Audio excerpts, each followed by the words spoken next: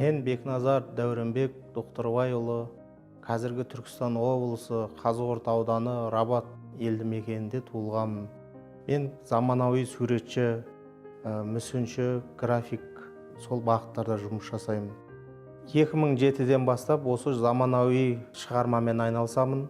2012 жылы Қазақстан Суретшілер одағының мүшесіне қабылдандым. Сол уақыттан бастап мүсін, графика, живопись салаларында көптеген еңбек етіп келемін. Шығармашылығыма тоқтала кететін болсам, авангард бағытында жұмыс жасаймын. Одан кейін мынау картиналарыма не түрткі болады десеңіздер, картиналарымды мен бұрынғы ата-бабаларымыздың сақ дәуірінен келе жатқан қазақ хандығы кезіндегі мынау осы жәдігерлерге көптеп қараймын, солардан шабыт аламын. Одан кейін мына сөз өнерлеріне қараймын. Сол сөз өнерлерінен көп өзіме ой түйемін. Қазір қоғамда неше түрлі оқиғалар болып жатыр ғой енді, әртүрлі. Соны мен астарлап, көрермендерге қызықты болу үшін көрсеткім келеді. Өздеріне ой түйсе деп, көрермен көрген кезде картиналарымды, сол картинадан бірдеңе іздеу керек.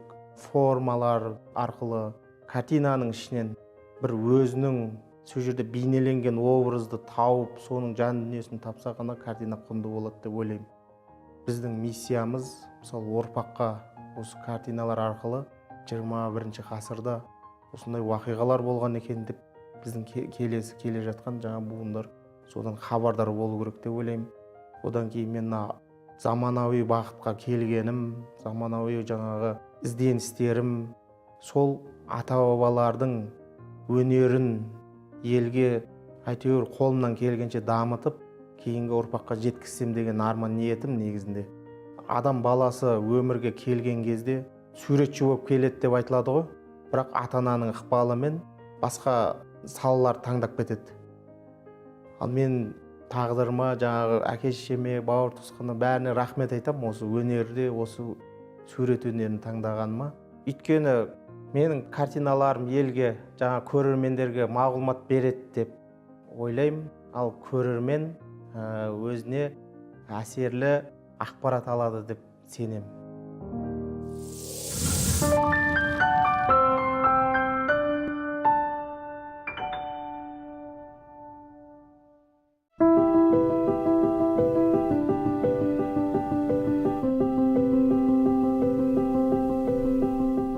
Құрметті өнерсүйер қауым, мен сіздерге бүгін өзімнің шығармашылық, заманауи графикалық жұмысымды өздеріңізге таныстырғым келеді.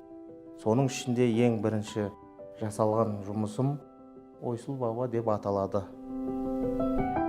Осы Ойсыл бабаны жасау маған түрткі болған ойдың бір себебі, былайша айтқанда ұмытылған біздің бұрынғы ата-бабаларымыз бар. Соны мен жаңаша бағытта көрсеткім келді, өзімнің көз қарасымда көрсеткім келді. Сонда біз қазақ халқы әр рудан, тайпадан, әртүрлі неден былайша айтқанда құралдық қой. Соның ішінде менің өз ата-бабамның тегі, мысалы Сіргелі деп айтылады. Ол Сіргелі ар жағында қай жақтан шықты, соның бәрі былайша айтқанда мен үшін қызық болды. Сонда әке-шешемізден, білетін үлкен ақсақалдардан сұраған кезде Сіргелі атамыз ар жағында біз Ойсыл бидің ұрпағы деп айтылады. Сонда мен ойлай келе сол тақырыптарды неге қозғамасқа деп осы тақырып бір себепші болды. Бұл жерде картинада көрсетілген, былайша айтқанда өзімізге де ауыр тиеді. Ойсыл бабаның 30 ұлы болады деп айтылады тарихта. Сол 30 ұлының бір баласы сол бір сұлтан ба, бір бидің ба, бір қызына ғашық болып жүргенін сұлтан біледі. Сонымен мен қара баламды бермеймін деп 29 баласын барлығын бір күнде қырып тастаған екен тарих бойынша. Сонда сол Ойсыл бабамыздың Сіргелі деген ұрпағы тірі қалып, Сіргелі атамыздан осы біз таралған екенбіз. Соған байланысты осы картина туындалды. Мына жерде ортада тұрған атан түйе Ойсыл бабамның образында жасалған дүние болды. Сонда Ойсыл бабамыз 30 ұлынан айырылған кезде мына аспанға қарап атан түйе өте қайғылы жағдайда тұрған бір көрсеткім келді.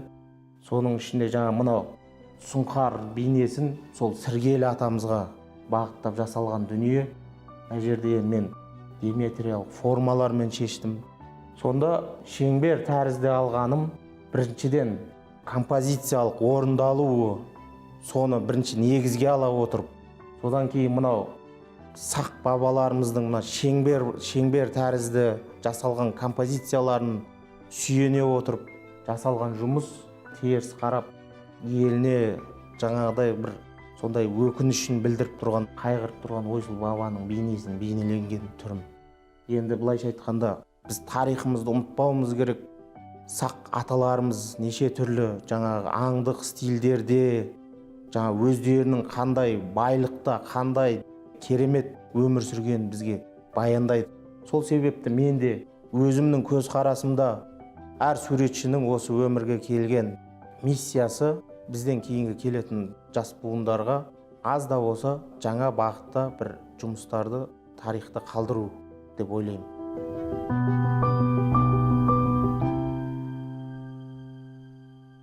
Сіздерге келесі ұсынатын жұмысым жеті қазынаның бірі. Бүкіл жетеуінде көрсету бір міндет емес деп, соның біреуінің қасиетіне жетсек те сол өте үлкен дәреже деп мен ойлаймын. Сол себепті мынау жеті қазынаның бірі Құмай тазыны бейнеленген бір көрінісі.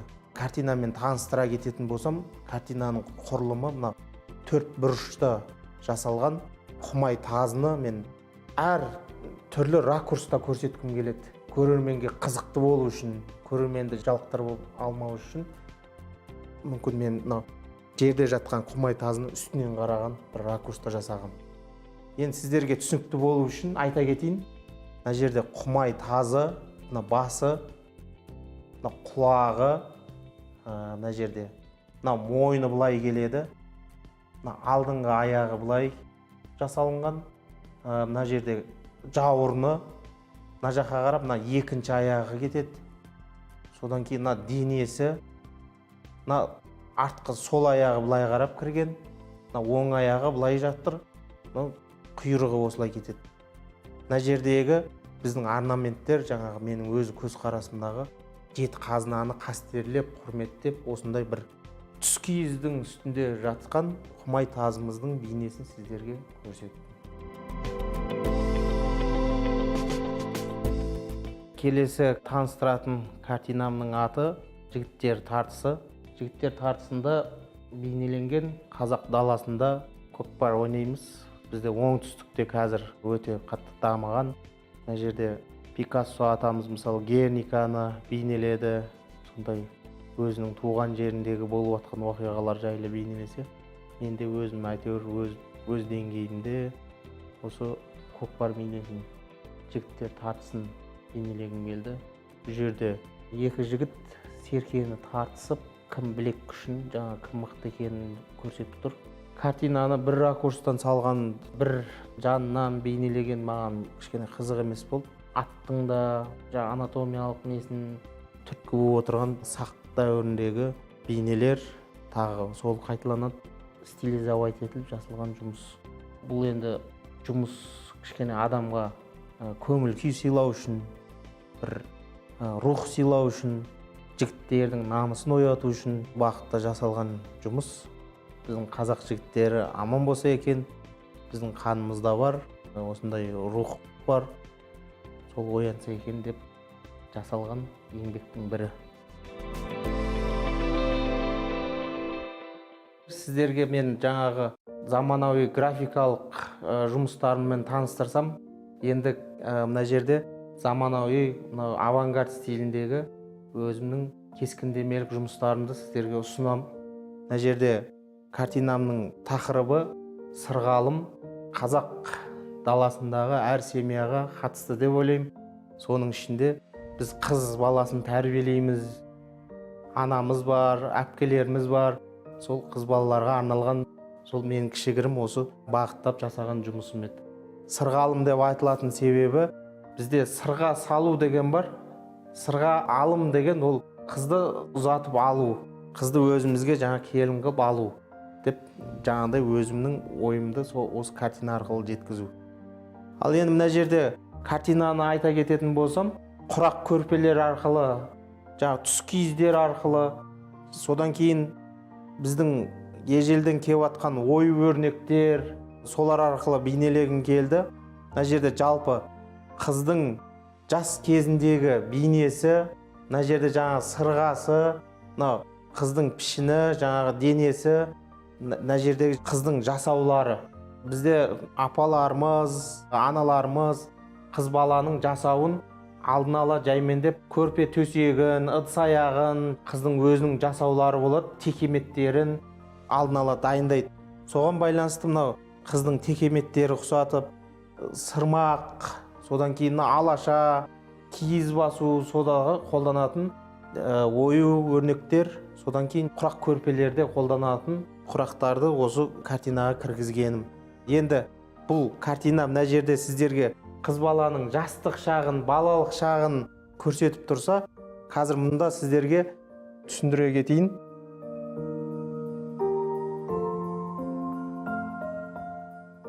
Мына картинаны былай аударған кезде қыздың жаңағы тұрмысқа шығып, артынан жасауы келгенін бейнелейді. Мына жерде қыздың бейнесі, мына былай келген, мына үстіндегі киімдері, қайталанып жатқан ой өрнектер, түс киіздер, алашаға бейнеленген, сырмаққа бейнеленген, құрақ көрпелерге бейнеленген, солардың барлығын қамтиды осы жерде. Артында келген жасаудың барлығы біздің салт дәстүрімізден көп нәрсені баяндайды. Қолындағы сырға қыздың балалық шағынан сағынышты білдіреді, жастық шағынан сағынышты білдіреді. Сырғасын бұлай қолына алып тұрғанын бейнеленді. Жалпы картина қазақ қыздарына арналады. Келесі кескіндеменің заманауи бағытта авангард стилінде жасалған туынды тіршілік көзі деп аталады. Мына жерде мен бейнеленген ауыл көрінісі, өзіміз ауылдың жігіті болған екен. Кешкі ымырттың кезі апақ-сапақ деп айтады, сағым деп айтады. Мына жерде қызыл күннің қызара батқан кезі, таулардың жаңағы көлеңке жарығы көрініп, бір қызықты болып көрінеді. Менің көз қарасым бойынша мына жерде күн таудың астына батып бара жатқаны, бала кезде ойлайтын, күн қайда барады екен, адам жаңағыдай өмір бойы неғып күн төбемізде шығып тұра бермейді екен деген сияқты бір ойлар болады ғой. Сол секілді мынау күннің таудың астына неге батып бара жатқаны дегендей бір ойлар болатын. Содан кейін мына жерде аспан әлемінің тіршілік көзі дөңгелеп, бүгінгі күн ертең тарих болып қалатындығын хабар береді. Кешке таман жаңа болжайды ғой үлкен кісілер, ертең күннің жылы болатын, жайдары болатынын жаңағыдай бір болжайды. Соған байланысты жасалған картина. Мына жерде әр ауылда бір діңгек болады. Ол діңгектің образы мынау. Мүмкін ол ақсақал болуы мүмкін, үлкен әже болуы мүмкін, бір ауылдың ұйытқысы болып отырады. Соған байланысты жасалған. Бәйтерек ауылдың барлығына көлеңкесін, өзінің шуағын шашып тұрады. Одан кейін мына жерде бұлт өз адамның ішкі жан дүниесін кіршіксіз екенін білдіреді. Одан кейін жаңа ауылда жатқан кезде мына аспан әлеміне қарап, жаңа жұлдыз санап, жұлдыздары бір сондай ауылды жерлерде бір әдемі керемет көріністер болады ғой, далада жатқан кезде. Соны армандап жасалған дүние, ауылдың көрінісі, қызыл жасыл осындай геометриялық формаларда жасалған жұмыс. Содан кейін ауылда кешкісін мал өрістен келе жатады. Сол малдың бейнелері мына жерде бір қызық, бір креатив болсын деп, ауылда бір жеңгелеріміз, не болмаса інілеріміз, бауырларымыз әйтеуір жоқ мал іздеп жүреді, көше-көшені аралап, соны бейнелегем. Сонда анау ауылда әр үйге кіріп, сіздерде бөтен қой бар ма, бөтен сиыр кіріп кетті ма, соны айтып жібересіздер ма деп, жаңағыдай сондай бір креативтер болады. Соның өзін бейнеледім. Мына жерде жақсы көңіл күй береді деп жасалған еңбек. Келесі көрсетілетін туындым авангард бағытында жасалған, тақырыбы той, қонақ күту. Мына жерде бала кезімізде қонақ келсе қуанып, жаңағыдай жүгіріп, қонақтардың алдынан күтіп, сондай бір сезімдер болатын. Сол сезімді қолымнан келгенше сіздерге жаңағыдай көрсеткім келді. Ауылдың көрінісі тағы да. Мына жерде қонақтар келе жатыр. Мына жақта атбайлар дейді. Жаңа қонақтарын келген кезде жаңа жылқысын атын қолынан ұстап, жаңа ағаларымыз байлап, қонақтардың қолына жаңа құман алып, су құйып, жаңағыдай үйге сөйтіп кіргізетінбіз.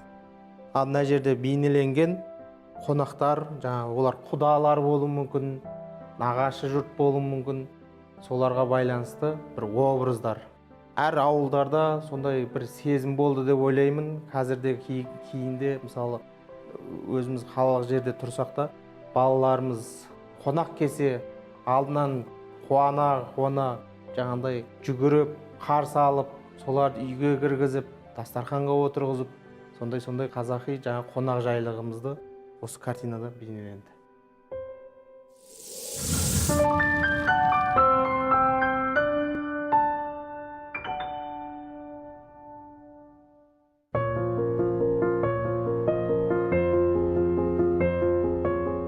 Ұйықтап түс көрем ғой. Енді ана түсім есіме шығып кетеді. Бір-екі күнде шығып кетеді ғой, мысалы ше. Бүгін көрсем, егер түс көрсем, 2 күннен кейін ба сол эскиз жасап отырамын да мен ше, отырам. Ана жасап отырған кезде, ана сызықтарды сызып атқан кезде, ана сарт етіп түседі ғой жаңа көрген түсім ше. Мен мынаны қаяқтан көрдім, мынаны қаяқтан көрдім. Бірақ сызған сызықтарым бәрі ана жақта. Мен сол жақтан мен жаңа көріп алғамдан анша. Мен эскиздерін сызып, көптеген суретшілердің жұмыстарын қараймын, шетелдік жұмыстарды қараймын. Біздегілер кейбір кісілер, мен көпке топырақ шашпаймын.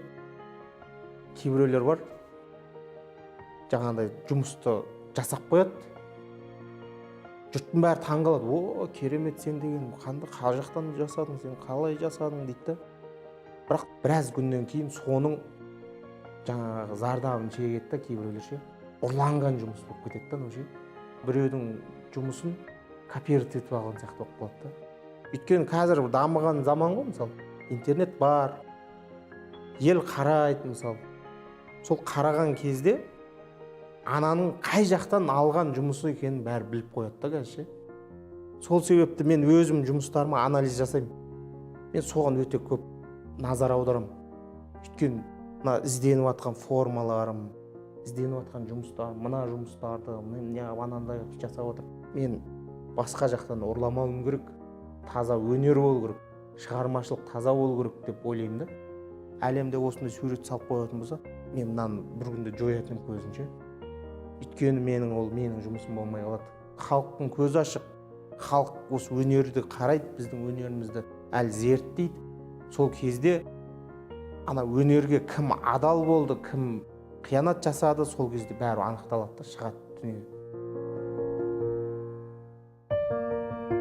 Мен суретшілермен кездескен кезде Пикассо айтады ғой, өнер танушылар дейді да, искусствоведтер келсе, бір-бірімен кездесіп қалса, олар форма жайлы, картина жайлы әңгімелеседі дейді да.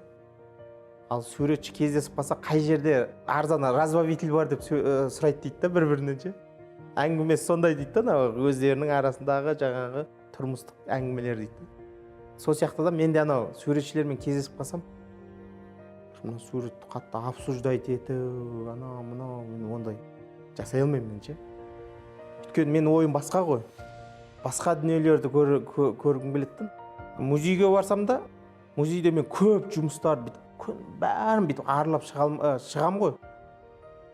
Есімде ештеңе қалмайды, соның ішінде бірақ суретті қараймын да мен ше. Барып бір суретті қарап, соны бүйтіп қарап кеткен маған қызықты. Әйтпесем музейде көп қой жұмыс. Әр адам өзінің туындысын табады деп ойлаймын негізінде.